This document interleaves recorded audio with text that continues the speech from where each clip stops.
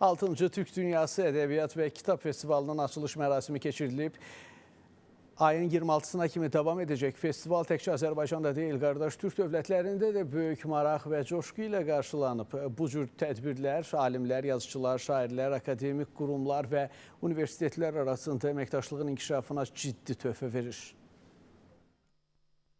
Festivalın açılış mərasimində Azərbaycan, Türkiyə, Özbəkistan və digər türk dilli ölkələrin ədəbiyyat nümayəndələri, ziyalılar və çoxlu sayda kitab həvəskarları ilə yanaşı, Türkiyənin ölkəmizdəki səfiri Birol Akgün, Şimali Kipr Türk Cümhuriyyətinin Bakı təmsilçisi Ufuk Turganer, həmçinin dövlət və elm xadimləri iştirak ediblər.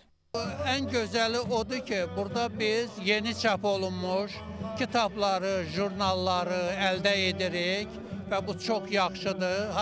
Harasa gedib axtarmırıq. Oxucuların görüşlərinə şahid olmaq, maraqlı proqramları izləmək elə bilirəm ki, hamı üçün bir qürur verici bir hadisədir. Türkiyənin Azərbaycandakı səfiri Birol Akgün dildə, fikirdə, işdə birlik prinsipinin artıq real əməkdaşlıq müstəvisində həyata keçirdiyini bildirib. O, 2021-ci ildə Türk Dövlətləri Təşkilatının yaradılmasından sonra türk dilli ölkələr arasında elm, təhsil, mədəniyyət və ədəbiyyat sahələrində əməkdaşlığın daha da gücləndiyini deyib. 6-cı Türk Kitab Festivalıdır.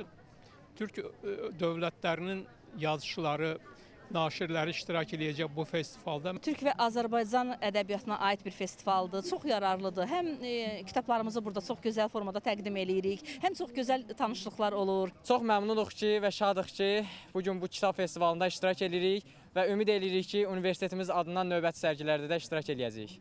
Tədbirdə həmçinin çıxış edən millət vəkili Elçi Mirzəbəyli, Şimali Kiprın ölkəmizdəki nümayəndəsi Ufuk Turganer, Qaziantep valisinin nümayəndəsi Bülent Uygur və Özbəkistanlı qonaqlar kitab və ədəbiyyatın türk xalqlarını birləşdirən əsas körpü olduğunu vurğulayıblar. Qeyd edilib ki, müasir dövrdə inkişaf yalnız texnoloji yeniliklərlə deyil, milli mənəvi dəyərlərin qorunması ilə ölçülür. Türk dünyasının birliyi də ortaq tarixə, dilə və mədəniyyətə söykənir.